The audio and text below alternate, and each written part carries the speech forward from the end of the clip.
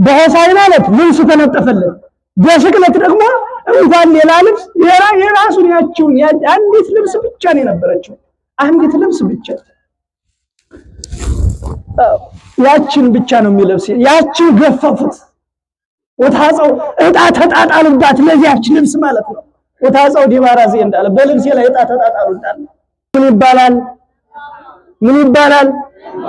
እና ዝም ብለን እንደው ደስ ስለሚል ይመስላችኋል? ምን ይዘው ለዛ ይመስላችኋል?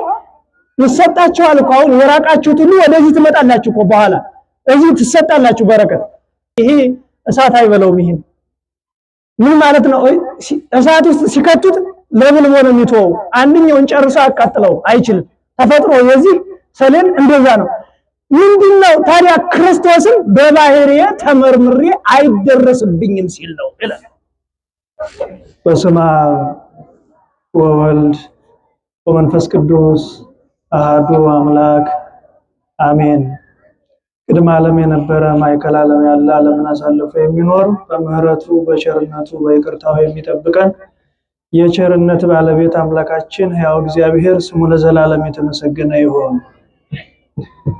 ለእናንተም እንደሚገባችሁ ክቡር አባታችን ሊቀ ካህናት መምህር ቀሲስ ኢዮብ ወንድሙ የሶማሌ ሀገረ ስብከት ዋና ስራ አስኪያጅ፣ ክቡር መምህራችን ሊቀ ትጉሃን መምህር ንጉሴ ጸጋዬ ሀገረ ስብከታችን ዋና ጸሐፊ፣ ክቡር መምህራችን መጋቢ ምስጢር መምህር ናሁ ጸጋዬ የሀገረ ስብከታችን የስብከተ ወንጌል ክፍል ኃላፊ፣ ክቡር አባታችን ሊቀ ጠበብት የኔታ አስራደ ባያብል የሀገረ ስብከታችን የሊቃውንት ጉባኤ ኃላፊ፣ ክቡር መጋቢ ስዩማን ቀሲስ መምህር ክፍሌ ሞቱማ የሀገረ ስብከታችን የሕዝብ ግንኙነትና ትምህርት ክፍል ኃላፊ፣ ክቡር መልአከ አሚን ቀሲስ ባየ አያሌው የዚህ ደብር አስተዳዳሪ፣ ክቡራን የሀገረ ስብከታችን የመምሪያ ክፍል ኃላፊዎች፣ የአድባራት አስተዳዳሪዎች፣ ሊቃውንተ ቤተክርስቲያን፣ በተለይ ደግሞ ከትላንት ጀምሮ ደከመን ሰለቸን ሳትሉ ስጋ መልበስ ሳያደክማችሁ ሳትዝሉ ሳትሰለቹ ከትላንት ጀምሮ እስከ አሁን ሰዓት ድረስ የእግዚአብሔርን ቃል እየተናገራችሁ እሳት በአፋችሁ እየተጎረደ የእግዚአብሔር ቃል እሳት ነውና ያላችሁ ያደራችሁ ሊቃውንተ ቤተክርስቲያን አባቶቻችን ካህናት፣ ዲያቆናት፣ የቤተክርስቲያን ጌጦች የምትሆኑ ውድ ኦርቶዶክሳውያን በደመ መለኮት የተገዛችሁ ሁላችሁም በልዑል እግዚአብሔር ስም እንደምን አደራችሁ? እንዴት አረፈዳችሁ? እግዚአብሔር ይመስገን ብለን እንድናመሰግነው አንደበታችንን የከፈተ ቸር አምላካችን ሕያው እግዚአብሔር ስሙ በድጋሚ ለዘላለም የተመሰገነ ይሁን። እንግዲህ ምዕመናን እንረዳችኋለን እንዳስረፈርናችሁ፣ ግን ያው የቤተ ክርስቲያን ስርዓት ስለሆነ እንግዲህ እንደውም እኛ እየፈጠን ነው እዚህ የደረስነውና ስርዓቱ በዛ ያለ ስለሆነ በዚያ ላይ ደግሞ ተደራራቢ በዓል ስለሆነ ነው እንጂ እስካሁን ያው አንቆይም ነበርና እንድትረዱ ለማለት ነው። አንዳንድ ጊዜ በውስጣችን መልካችን የተለያየ እንደሆነ ሁሉ አስተሳሰባችንና አመለካከታችንም እንዲሁ ስለሆነ ሌላ ውስጥ እንዳትገቡ ስርዓቱ ረጅም ስለሆነ ነው እስካሁን የቆየነው ማለት ነውና ሊቃውንቱ ካህናቱ ከትላንት ጀምሮ ነው እንግዲህ እስካሁን ድረስ የቆሙ፣ እናንተ ደግሞ ጧት ነውና ስለዚህ መታገስ ይኖርባቸዋል። አናበዛም። እኔም የተወሰነ ደቂቃ ብቻ ነው ከኔ ጋር የምንቆየው። እስኪ ሁላችሁም ዛሬ በሉ የመዳን ቀን ነው፣ ወይም ደግሞ ተገልብጦ ወይ ተዘዋውሮ የመዳን ቀን ዛሬ ነው በሉ ሁላችሁ። ድምጻችሁ አይሰማም። እዚህ አካባቢ ያላችሁት ብቻ ናችሁ። አይ ቆዩ በአንድ ድምጽ ነው የምትሉ ሁላችሁ። ከኋላም ያላችሁ የምትንቀሳቀሱም ተረጋጉ፣ አይዟችሁ። ቅድም አሁን ጸሎተ ፍትሐቱ ተደግሞልን ተጸልዮልናል። ይሄ የተጸለየው ቅድም እንደሰማችሁ የሰው ነገር አይታወቅም። ውሎ ውሎ ከቤት ኑሮ ኑሮ ከመሬት እንዲሉ አበው እስመ ኢያእምር ሰብእ ዘይመጽእ ላዕሌሁ አባ ጊዮርጊስ እቀብኒ ግዝት የለለ መዋዕሉ ወወርሁ። እመቤቴ ማርያም ሆይ በየጊዜው በየሰዓቱ በየደቂቃው በየወሩ ጠብቂኝ። ለምን ይልና እስመ ኢያእምር ሰብእ ዘይመጽእ ላዕሌሁ፣ ሰው በዚህ ዓለም ሲኖር ምን እንደሚመጣበት አያውቅምና ይላል። እና የሚመጣብንን ስለማናውቅ ለዚያ ነው ይህ ሳምንት ሕማማት ስለሆነ በዚህ ሳምንት ቅዳሴ የለ፣ መስቀል የለ፣ ፍትሐት የለ፣ ምን የለ እነዛ ስለሆነ ነውና በዚህ ሳምንት ቅድም ክቡር አባታችን የሀገረ ስብከታችን ዋና ስራ አስኪያጅ እንደተናገሩት አረፍተ ዘመን የሚገታን ቢኖር ምናልባት በዛ ሰዓት ፍትሐት የለም፣ ዝም ብሎ ነው ግብዓተ መሬት የሚፈጸመው እና ግን እግዚአብሔር ከድንገተኛ ሞት ይሰውረን። ለንስሐ ሳንበቃ እንዳይጠራን እግዚአብሔር አምላካችን ፈቃዱ ይሁንልን። አሁን ሁላችሁም ከኔ ጋር በሉ፣ የመዳን ቀን ዛሬ ነው። ይሄ ኃይለ ቃል የሚገኘው በቅዱስ መጽሐፍ ብርሃነ ዓለም ሐዋርያው ቅዱስ ጳውሎስ ለቆሮንቶስ አካባቢ ይኖሩ ለነበሩ ምዕመናን ክርስቲያኖች ያስተላለፈው መልእክት የጻፈው መንፈሳዊ ጽሑፍ ያስተማረው ትምህርት ነው። በሁለተኛ ቆሮንቶስ ምዕራፍ 6 ተራ ቁጥር 2 ላይ የሚገኝ ኃይለ ቃል ነው። እንግዲህ የተወደዳችሁ ኦርቶዶክሳውያን ዛሬ ሁላችሁም እንደምታውቁት እጅግ በጣም ታላቅ ቀን ነው። እንግዲህ አባቶቻችን ከሰንበት ላይ ደብረ ዘይት እንደሚሉት ተደራራቢ በዓል ነው። ሁላችሁም የመጣችሁት ሁላችንም የመጣ ነው የመድኃኔ ዓለምን በዓሉን በዓለ ስቅለቱን ለማክበር ነው። በዚያ ላይ ደግሞ ተጨማሪ በዓል ታላቁ በዓል ሆሳዕና ጭምር ስለሆነ ስለዚህ ሁለቱንም ለመማማር ጊዜያችን ባይፈቅድልንም በተወሰነ መልኩ አባይን በጭልፋ እንደሚባለው ከዚህ ከሞላው የመጽሐፍ ቅዱስ ባህር የተወሰነ ቀርተን እንጎነጫለን።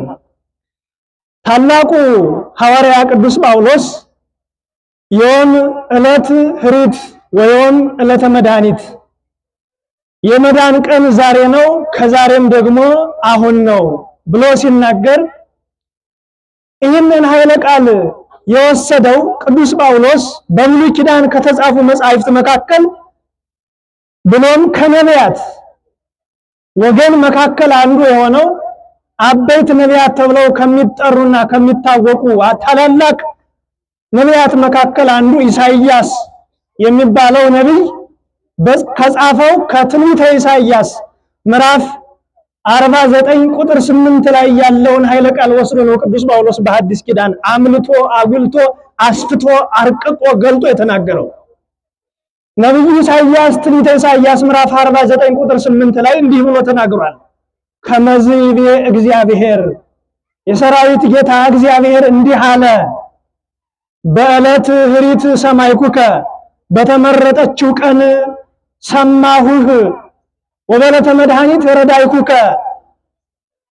ድነት በሚደረግባት ዕለት እና ቀንም ረዳሁህ ብሎ ኢሳይያስ የተናገረውን ቅዱስ ጳውሎስ በሐዲስ ኪዳን አመጣና ከመዝ ይቤ በዕለት ኅሪት እሰማከ፣ በተመረጠችው ቀን እሰማሃለሁ፣ ወበዕለተ መድኃኒት ረዳከ፣ ድነት በሚደረግባት ፍጹም ድነት በሚደረግባት ዕለት ጸሎትህን ሰማሁህ፣ ረዳሁህ፣ ችግርህን አስወገድኩልህ፣ እንቅፋትህን ሁሉ አራቅሁልህ።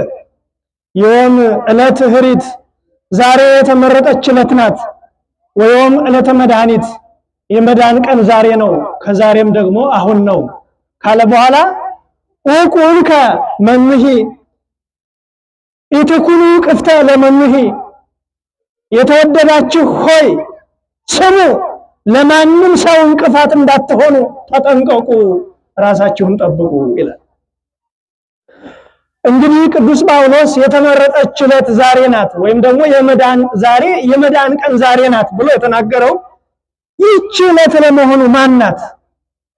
የመዳን ቀን ዛሬ ነው፣ ከዛሬም ደግሞ አሁን ናት ሲል ቅዱስ ጳውሎስ አስቀድሞ ነብዩ ኢሳይያስ በብሉይ ኪዳን ከ5500 ዘመን በፊት ተቀድሞ ከልደተ ክርስቶስ አስቀድሞ 800 ዓመት ተቀድሞ የነበረ ነብይ ኢሳይያስ የተናገረውን ቅዱስ ጳውሎስ አምልጦ በአዲስ ኪዳን አስፍቶ መናገሩ የተመረጠች ዕለት የተባለችው ማናት ሲሉ አባቶቻችን ሊቃውንት በብዙ ተርጉመውታል። በደንብ አዳምጡ ምዕመናን፣ ለእናንተ ነው የቃለ እግዚአብሔር የሚነገረው። የመዳን ቀን ዛሬ ነው፣ ዛሬ የተመረጠች ዕለት ናት ያላት በጣም ብዙ ትርጉም አለው። በአዲስ ኪዳን በብሉይ ኪዳን በሶስት ተሰጥቶ ይተረጎማል። የተመረጠች ዕለት የተባለችው በብሉይ ኪዳን እስራኤል በከነዓን በኢየሩሳሌም ተደስተው ተዘልለው እንደልባቸው ይኖሩ ነበረ። ከዚያ በኋላ ፈጣሪያቸው እግዚአብሔርን አስቀየሙ። እግዚአብሔር የማይወደውን ሥራ ሰሩ። ፈጣሪያቸውን አሳዘኑ፣ አስቀየሙ። አምላካችን ከማሳዘንና ከማስቀየም እሱ ይሰውረን። አሁን ልብ በሉ። ሲያሳዝኑት እግዚአብሔር ሀገራቸውን ጥለው እንዲሰደዱ አደረገ። ወዴት ተሰደዱ?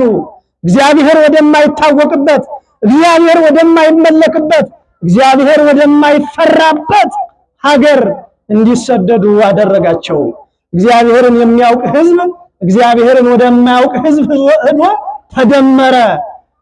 ሕዝብ ዘይሌቡ ተደመረ ምስለ ዘይሌቡ ይላል ነብዩ ሆሴዕ ትንቢተ ሆሴዕ ምዕራፍ 4 ቁጥር 4 ላይ እግዚአብሔርን የሚያውቅ ሕዝብ እግዚአብሔርን ከማያውቅ ሕዝብ ጋር ተደመረ አለ።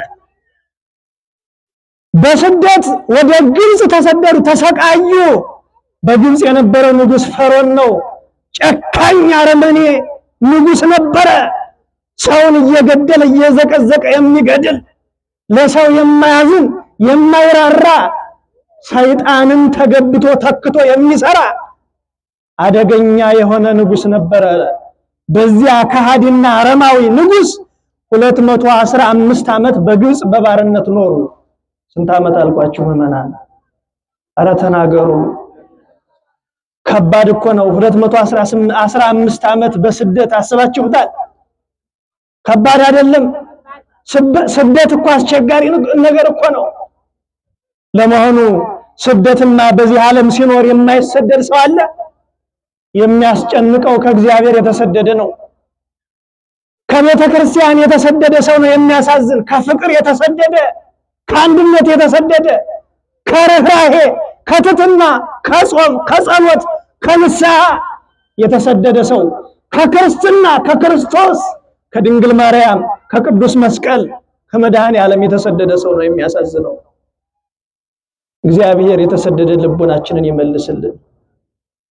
215 ዓመት በኋላ እግዚአብሔር እነዚህን ሕዝቦች ይቅር አላቸው።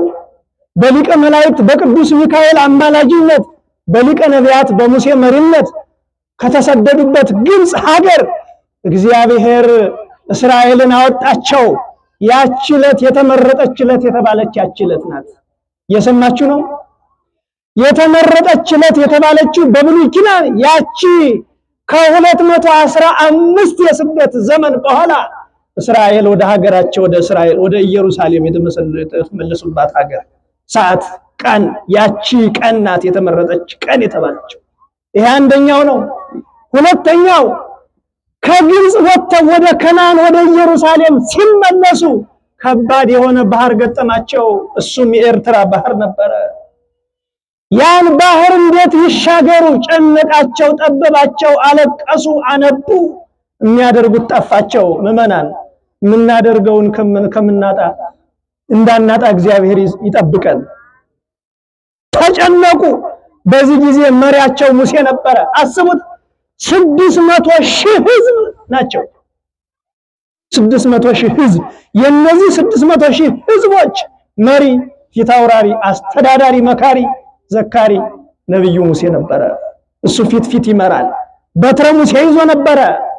በዚህ ጊዜ አምላኬ ሆይ ይህን ሕዝብን ያልፈጠርኩትም የፈጠርከው አንተ ነህ፣ የፈጠርከውን ሕዝብ ደግሞ ራስህ ከዚህ ባህር አውጣ ብሎ ሙሴ ወደ ላይ ወደ መድኃኔዓለም ሲጸልይ እግዚአብሔር እንዲህ አለው፣ ሙሴ ሙሴ ዝብጥ አለ ባህር በበትርከ፣ በያዝከው በትረ መስቀል እሱን ባህር ምታው አለው።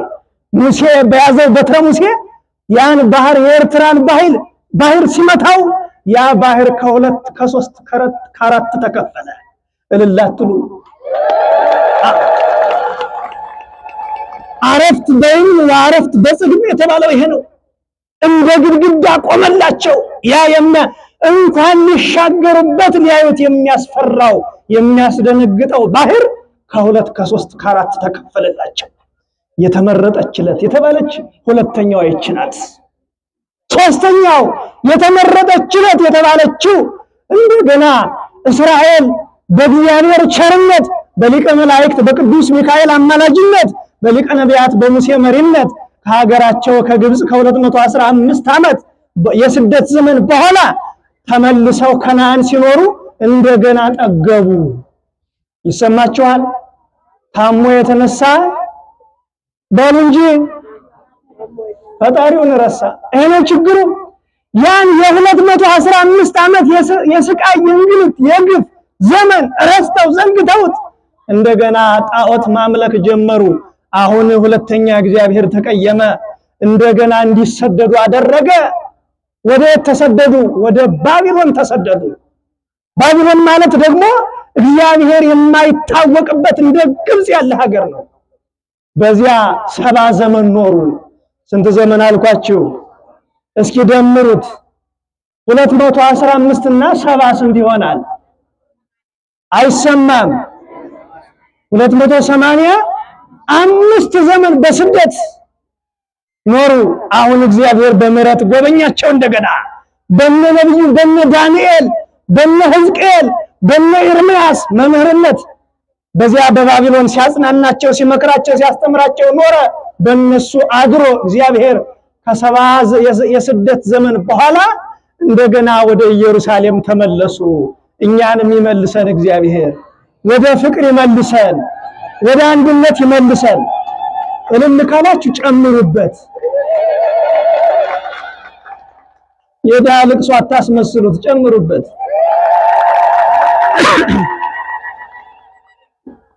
ስንት ጊዜ አይተናል?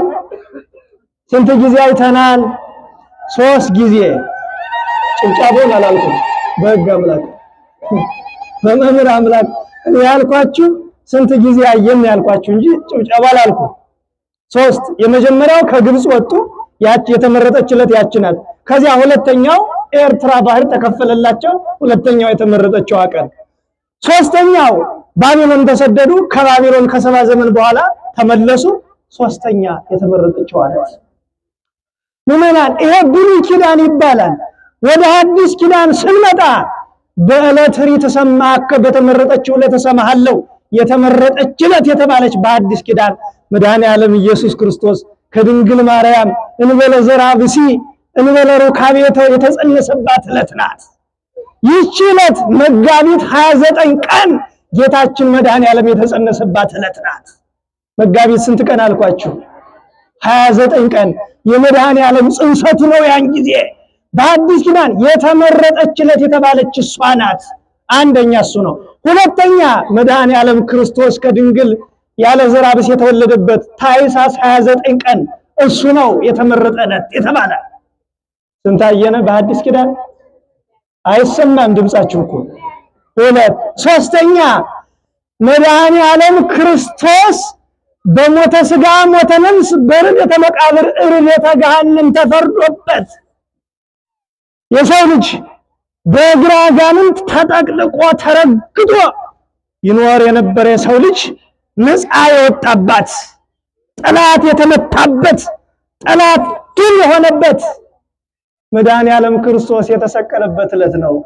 መጋቢት ስንት ቀን? ድምጻችሁ እኮ አይሰማም ምዕመናን። አይዟችሁ ከፍ አድርጋችሁ ድምጻችሁን በሉ።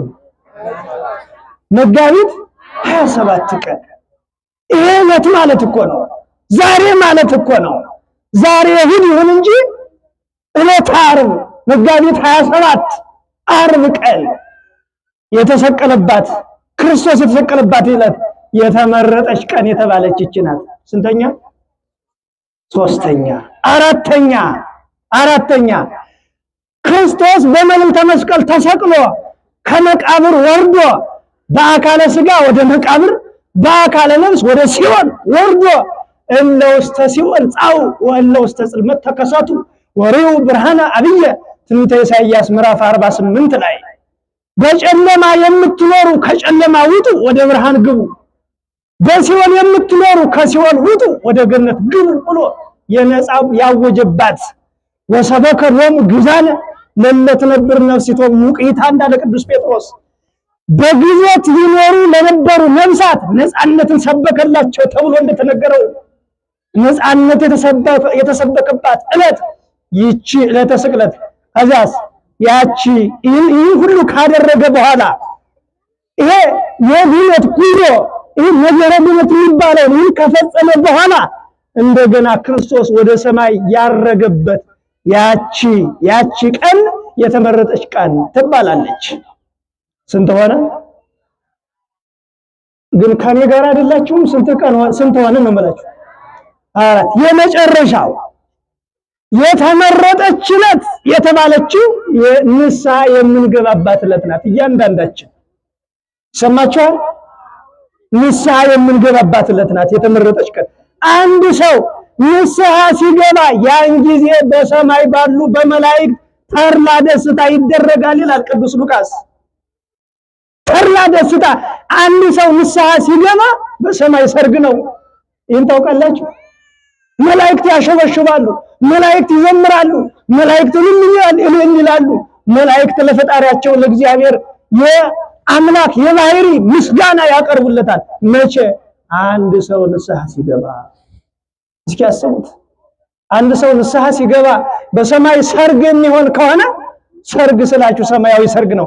እንደዚያ የሚሆን ከሆነ ብዙዎቻችን በአንድነት ንስሐ ብንገባማ እንዴት ሀገር ሰላም ትሆን ነበር? የእግዚአብሔር ቤተሰቦች ዛሬ ሰላም ጠፍቷል። ዛሬ ሰላም እንደ ሰማይ እርቆናል። ዳር ሲፈታ መሃል ዳር ይሆናል ይላሉ አባቶቻችን። ዛሬ የምታዩት ነው። ስለዚህ እያንዳንዳችን ንስሐ ብንገባ እንዴት ያለ ሰላም፣ እንዴት ያለ የልብ ደስታ፣ የህሊና እረፍት እንደምናገኝ አስቡት።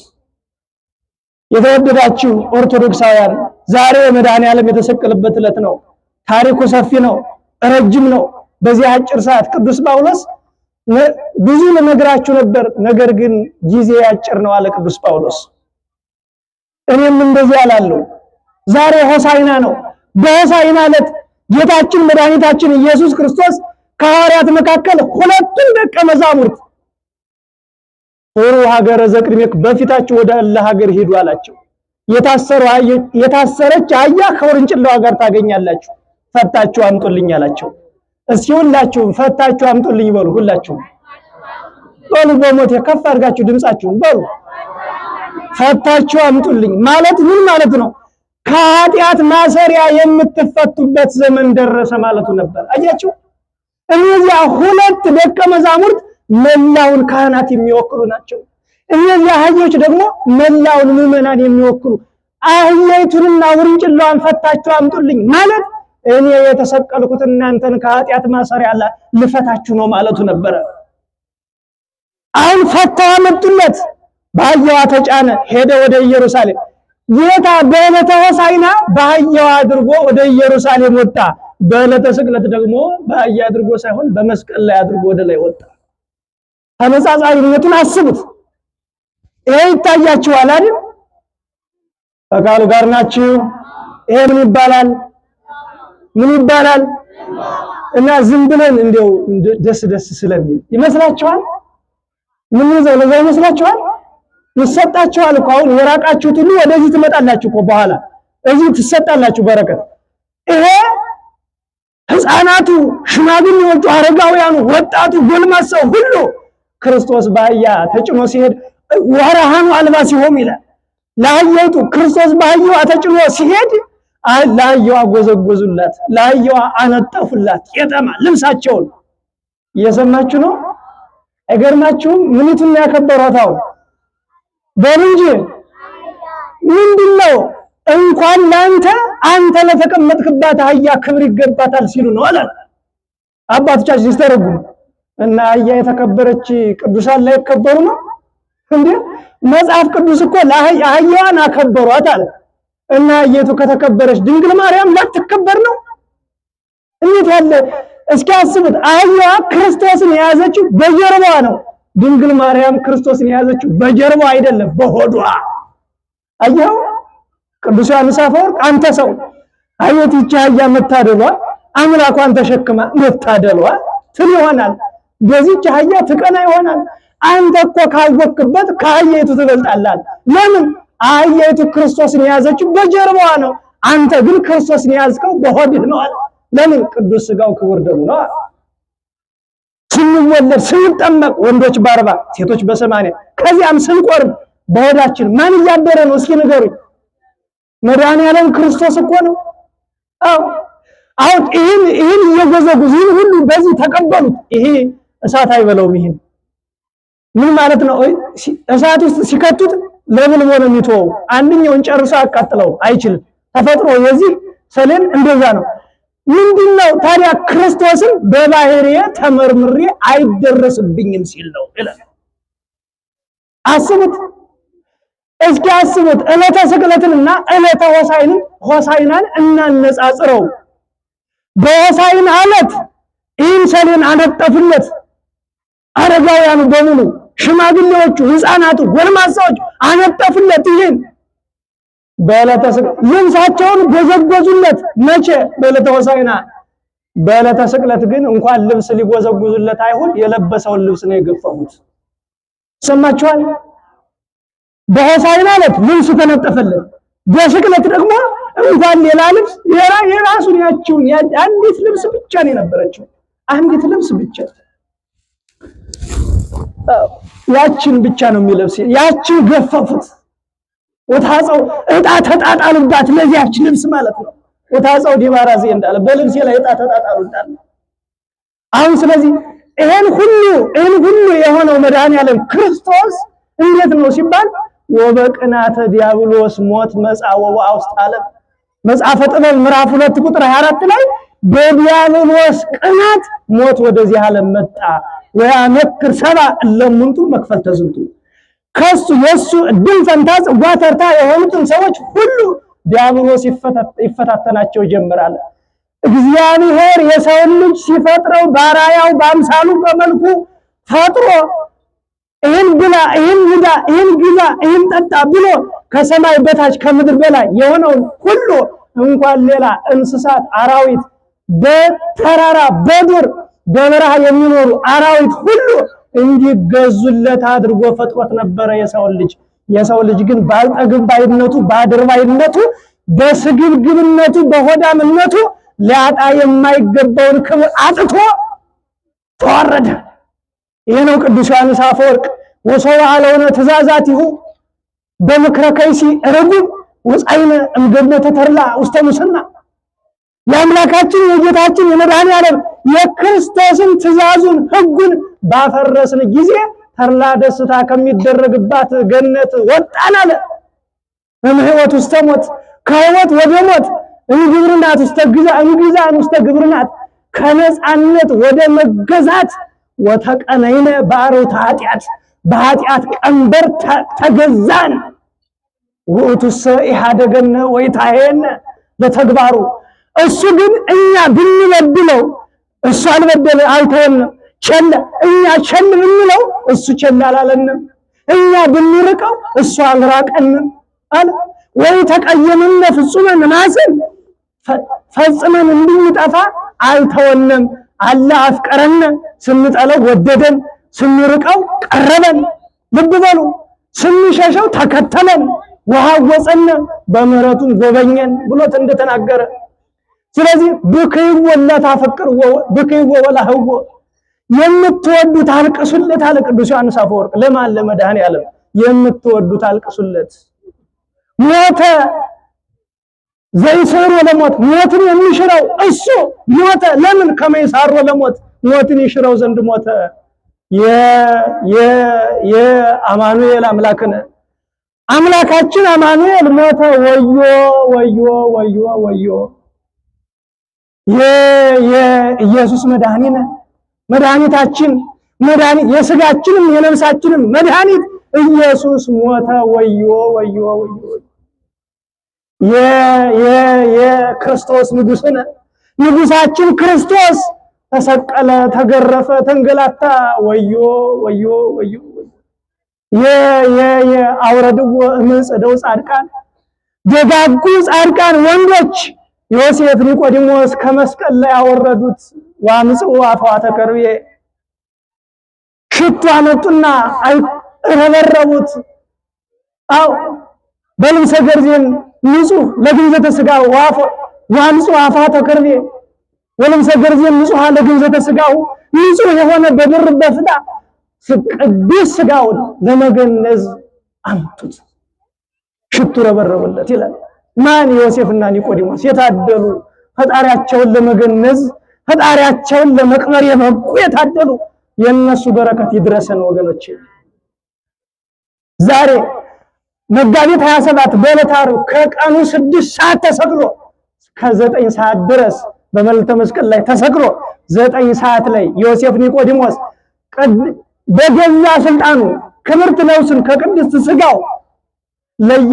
በአካለ ሥጋ ወደ መቃብር በአካለ ነፍስ ወደ ሲኦል ወረደና 5500 ዘመን በጨለማ በባርነት በሞት ጥላ በድንቁርና በዘላለማዊ ስቃይ ይኖሩ የነበሩትን ነፍሳት ውጡ አለና ወደ ገነት አስገባቸው። እልል ብላችሁ አታመሰግኑ? በዚህ ጊዜ ስብሐት ለእግዚአብሔር ዘአውረሰነ መንግሥቶ ሰማያዊት መንግስቱን ሙቶ ተሰቅሎ ስጋውን ቆርሶ ደሙን አፍሶ ያቀዳጀን የሰጠን ያወረሰን አምላካችን መድኃኒዓለም ክርስቶስ ይክበር ይመስገን እያሉ እያመሰገኑ እልል እያሉ እያሸነሸኑ እየዘመሩ ነፍሳት ሲኦል ባዶዋን ቀረች። ሲኦል አይቴ እንከ መውኦትከ ሲኦል ወይ መውጊያ ወዴት አለ አለ ቅዱስ ጳውሎስ። ሲኦል ባዶዋን ቀረች። ዲያብሎስ አፈረ። አዳም ከማይሰራ ኃጢአት ተፈታ፣ ወደ ዘላለም መንግስት ገባ። ለዚያች መንግስት ሁላችንም ያብቃን። የመዳን ቀን ዛሬ ነው። ስብሐት ለእግዚአብሔር ወለወላዲቱ ድንግል ወለመስቀሉ ክቡር። ይቆየን።